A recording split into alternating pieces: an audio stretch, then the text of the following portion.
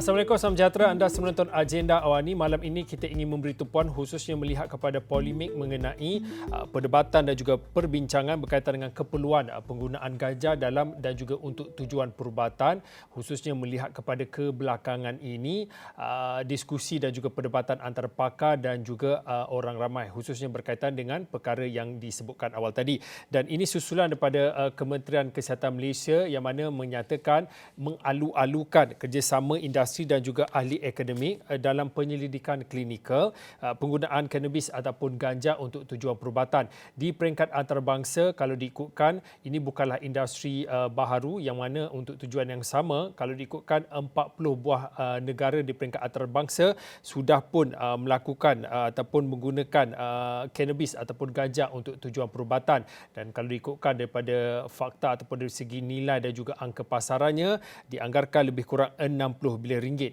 Malah Thailand, negara jiran kita juga, antara yang terawal di peringkat serantau ini telah pun membenarkan ataupun meluluskan peringkat kajian dan juga penyelidikan malah penggunaan dalam untuk tujuan perubatan. Jadi untuk waktu ini kita ingin melihat pada beberapa perkara. Yang pertamanya berkaitan dengan salah faham mengenai penggunaan ganja khususnya dalam tujuan perubatan.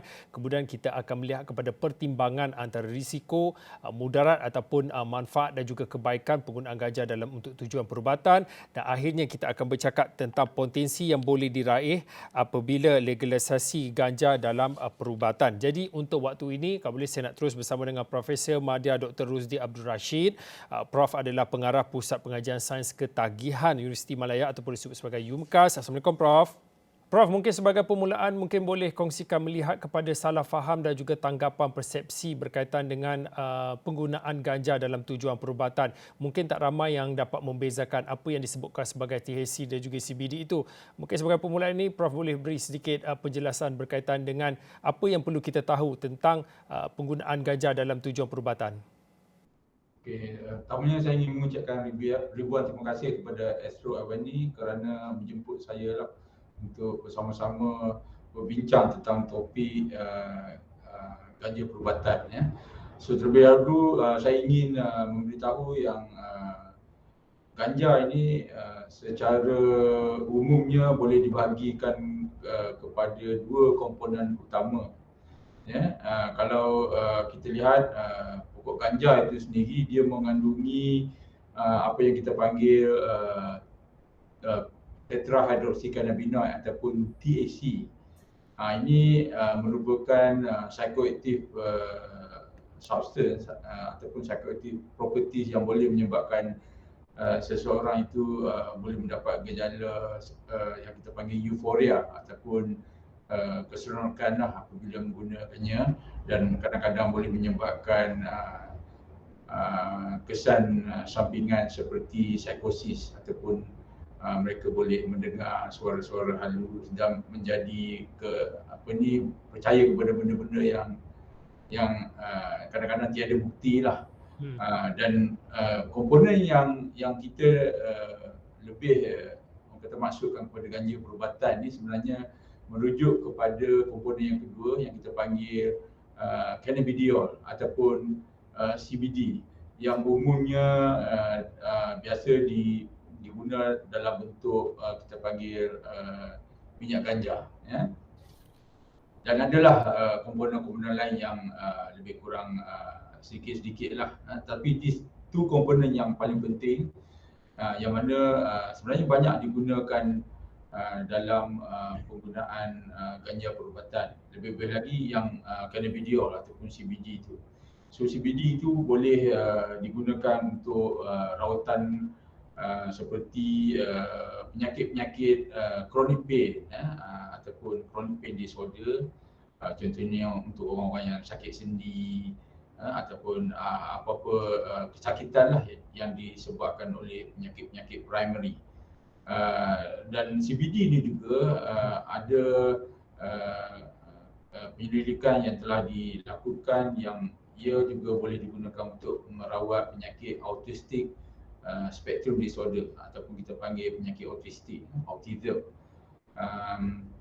Ia juga boleh digunakan untuk rawatan sebagai antidepressant. Kalau kita lihat ubat CBD banyak digunakan in combination dengan ubat-ubat antidepresan yang sedia ada di dalam market ni untuk rawatan kemurungan di kalangan breast cancer patient for example. Jadi kalau kita lihat antidepresan yang sedia ada ni masih lagi terdapat orang kata kesan sampingan seperti loya, muntah dan sebagainya. Jadi bila dia augment dicampurkan dengan CBD oil ini, mereka dapat mengurangkan kesan-kesan sampingan akibat antidepresan. Malahan juga banyak ubat-ubat kanser terapi ada side effect yang menyebabkan mereka merasa loya dan muntah. CBD juga boleh digunakan sebagai antipsikotik, terutamanya kepada mereka-mereka yang ada masalah seperti penyakit skizofrenia. Tetapi ini masih lagi dalam peringkat kajian lah. Dan kita tahu ubat-ubat antipsikotik pun kadang-kadang dia ada kesan sampingan.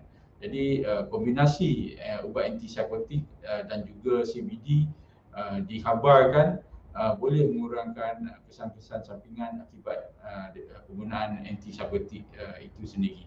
Dan Prof, maaf kalau mencelah pada waktu ini. Kalau diikutkan Prof, selain pada pakar ataupun ahli psikiatri, Prof juga antara pakar yang merawat ketagihan dadah. Sebelum ini difahamkan Prof juga menyaksikan sendiri khususnya melihat kepada kesan marihuana dan juga ganja ke atas pesakit, termasuklah yang mencetuskan psikosis dan juga kalangan skizofrenia dan juga lain-lain gangguan mental. Mungkin daripada sudut kajian dan juga pengalaman Prof dalam penyelidikan sendiri, mungkin boleh dikongsikan dari sudut apabila kita bercakap antara perdebatan antara pertimbangan mudarat dan juga manfaat ini.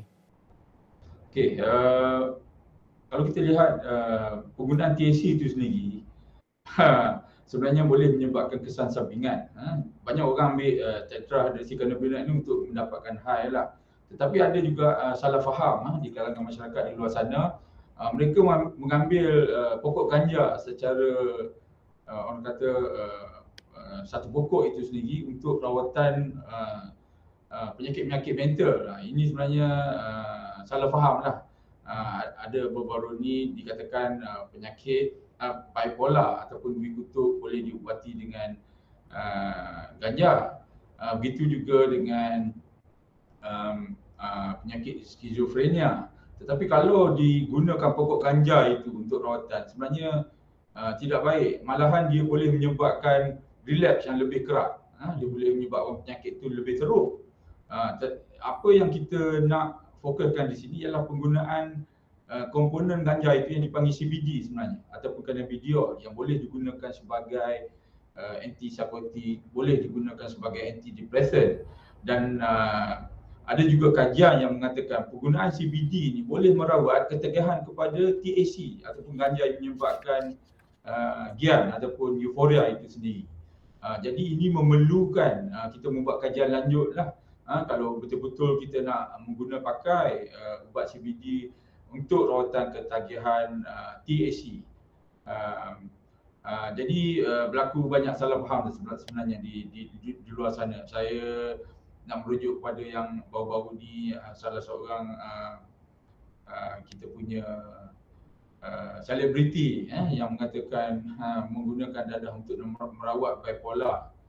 Saya rasa itu adalah satu salah faham yang serius, kerana apabila dia menggunakan ganja untuk ganja means secara total lah, yang pokok ganja itu sendiri untuk digunakan sebagai macam rokok ataupun dibuat minyak. Sebenarnya kalau dibuat secara sendiri kita tidak boleh mengasingkan THC itu. Maknanya bila kita ambil minyak ganja tu ada CBD, ada THC, dan ini boleh menyebabkan psikosis. Dan psikosis ini kadang-kadang boleh menyebabkan seorang itu menjadi tidak rasional dan mereka boleh bertindak di luar batasan.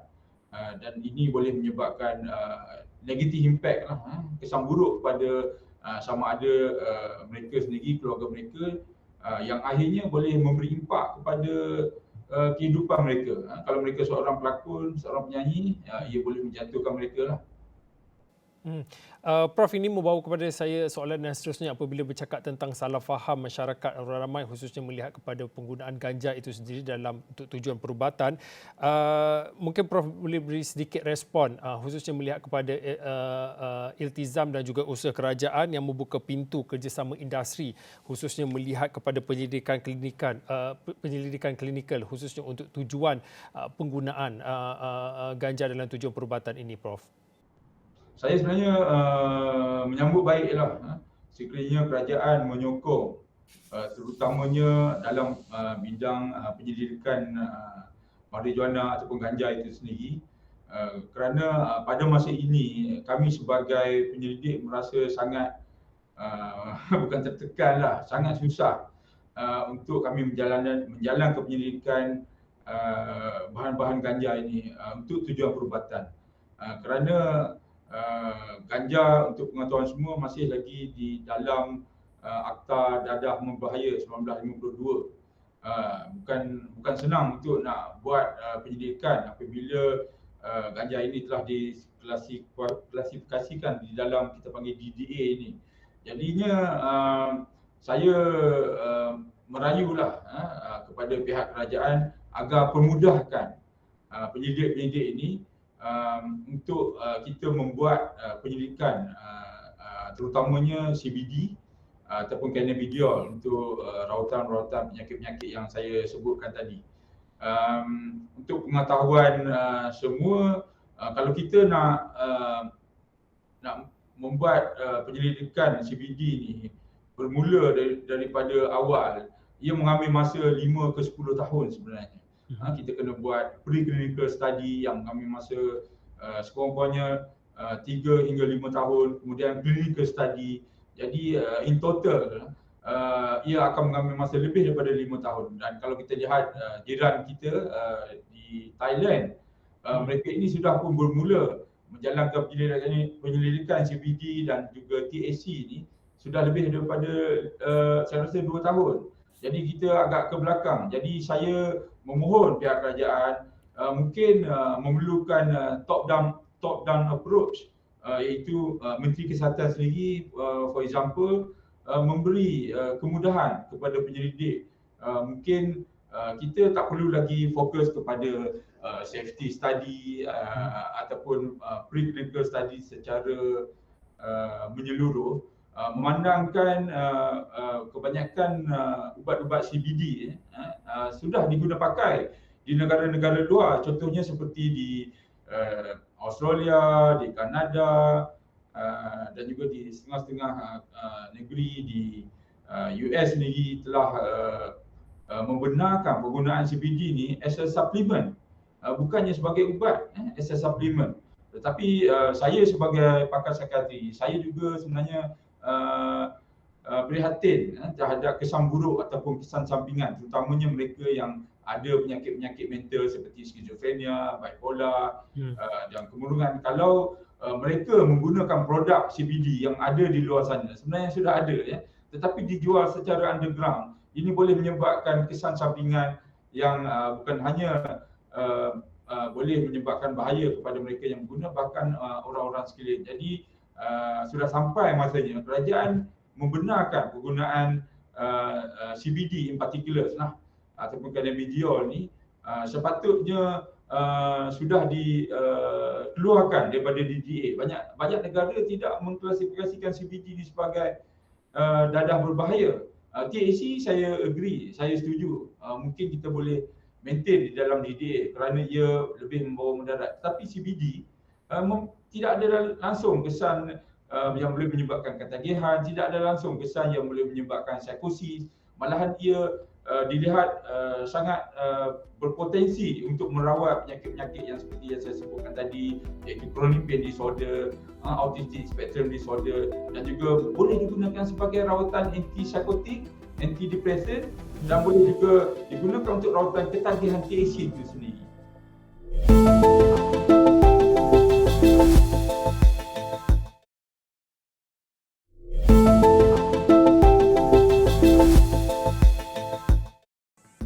Prof, Prof, untuk pakar dan juga penyelidik seperti Prof dan rakan-rakan lain, apa mungkin cabaran ataupun kekangan dalam mana untuk melakukan kajian dan juga penyelidikan berkaitan dengan manfaat ataupun potensi yang boleh diraih apabila akan ada nanti legalisasi ganja ataupun cannabis perubatan ini?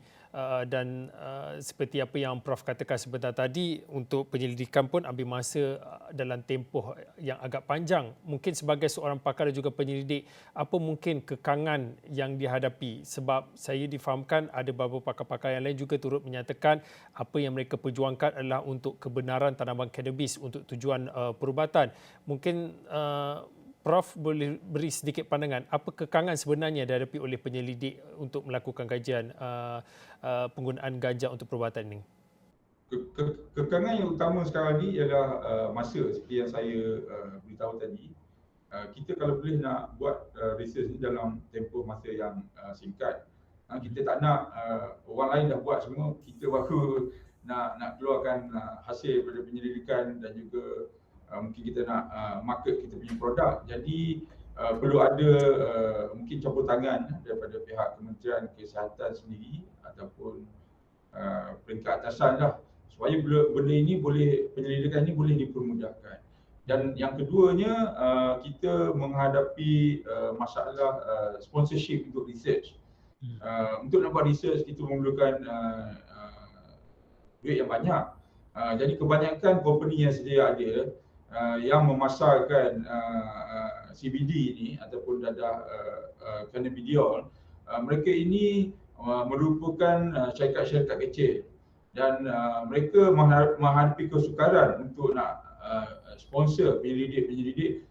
Salah satu sebab ialah kerana tidak ada boleh dikatakan tidak ada garanti yang mereka akan dibenarkan untuk memasarkan produk later on lah selepas research dijalankan. Sedangkan mereka sudah membelanjakan duit yang banyak untuk research. Saya difahamkan untuk buat pre-clinical study, kemudian clinical study, ia memerlukan lebih kurang 1 ke 2 juta. Jadi kalau mereka tidak ada garanti yang mereka dapat memasarkan produk tersebut, jadi mereka tidak mahu dah membelanjakan duit untuk research tersebut. Jadi perlu ada mungkin mekanisme selepas melakukan penyelidikan, mereka memberi sponsor kepada penyelidik-penyelidik, perlu ada garanti yang mereka diberi hak untuk market dia produk. Tak naklah mereka yang sponsor tetapi orang lain yang later on yang memasarkan produk mereka. Ini adalah satu cabaran lah, bagaimana kita nak win-win situation antara sponsors, penyelidik dan juga menteri kerajaan. Ya. Prof, adakah sebenarnya, sebab bila mana kita bercakap tentang perdebatan ataupun perbincangan berkaitan dengan penggunaan ganja ataupun cannabis dalam tujuan perubatan ini, kita selalu bandingkan kita dan juga negara luar. Mungkin pada waktu ini adakah Malaysia ketinggalan dalam sudut ataupun kajian dalam penyelidikan dalam apa yang kita bincangkan pada waktu ini, Prof? Kalau merujuk pada bidang penyelidikan ganja ini, saya berpendapat Malaysia adalah agak ketinggalan lah. Bukan hanya secara global, bahkan kalau kita bandingkan dengan negara-negara ASEAN lain, kita agak ke belakang. Jadinya saya rasa mungkin perlu ada satu mekanisme lain. Kalau kita lihat banyak produk-produk ganja seperti cannabidiol, malahan THC juga, kebanyakannya dipasarkan ataupun dia punya market itu sebagai suplemen, bukannya sebagai ubat perubatan. Jadi sebenarnya ia sudah diguna pakai di banyak negara dan telah diakui agak selamatlah. Jadinya mungkin kita tak perlu, di Malaysia ini tak perlu kita nak buat safety study, BA ataupun bioavailability study, ataupun kita panggil cohort study. Maybe kita boleh terus ke randomized control trials.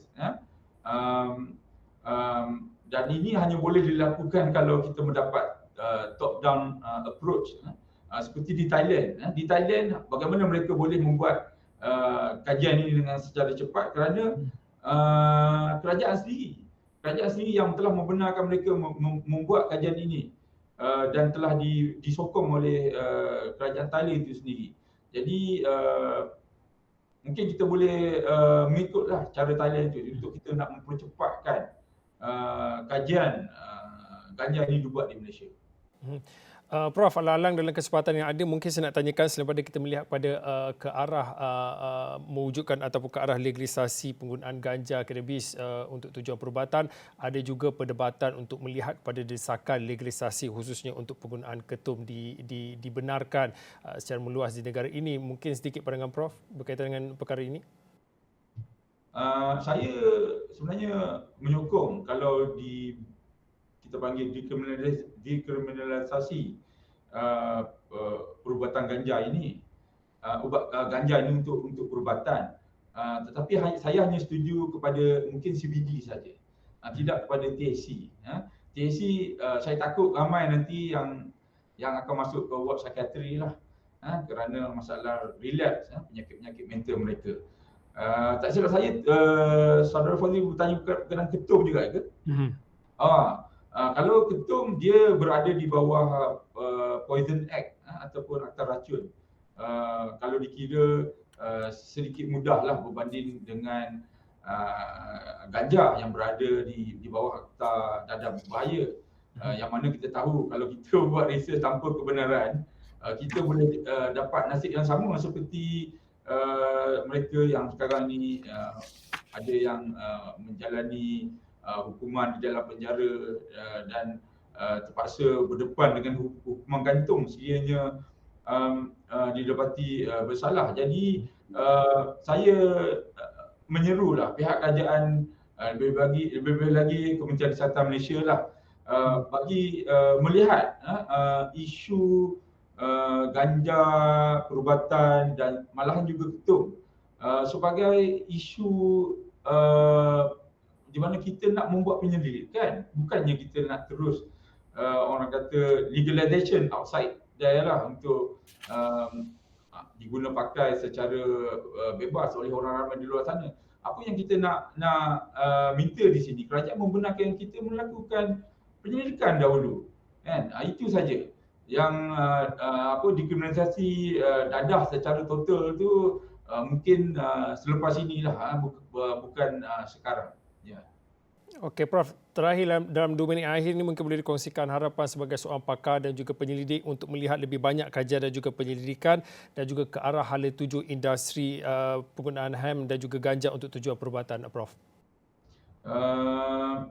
Saya nak mungkin memberi nasihatlah kepada masyarakat kita di luar sana yang ganja ini masih lagi di bawah Akta Dadah Berbahaya, belum lagi legalize di Malaysia. Jadi kita perlu berhati-hati. Sekiranya ada masalah penyakit-penyakit yang mungkin kita dengar boleh diubati dengan ubat-ubat seperti CBD, hendaklah orang kata jangan membeli ataupun membuat sendirilah. Jadinya perlu datang berjumpa doktor, dan di sini kita masih ada alternatif selain daripada ganja yang mana sudah orang kata approve lah dari segi indikasi untuk digunakan untuk tujuan perubatan.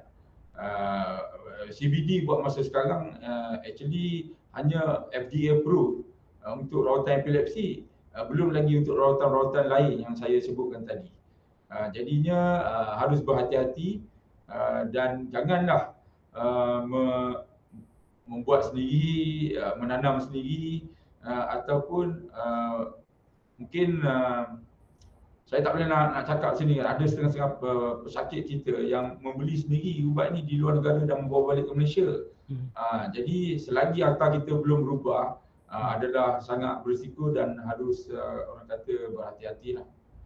Okey, baik. Terima kasih Profesor Muhammad Dr. Rusdi Abdul Rashid. Prof adalah pengarah Pusat Pengajian Sains Ketagihan Universiti Malaya UMKAS yang mana berkongsi pandangan melihat kepada perbincangan berkaitan dengan penggunaan kebenaran penggunaan ganja ataupun cannabis untuk tujuan perubatan. Saya kira itu saja untuk waktu ini. Agenda awal ini saya Fauzin, kita jumpa lagi.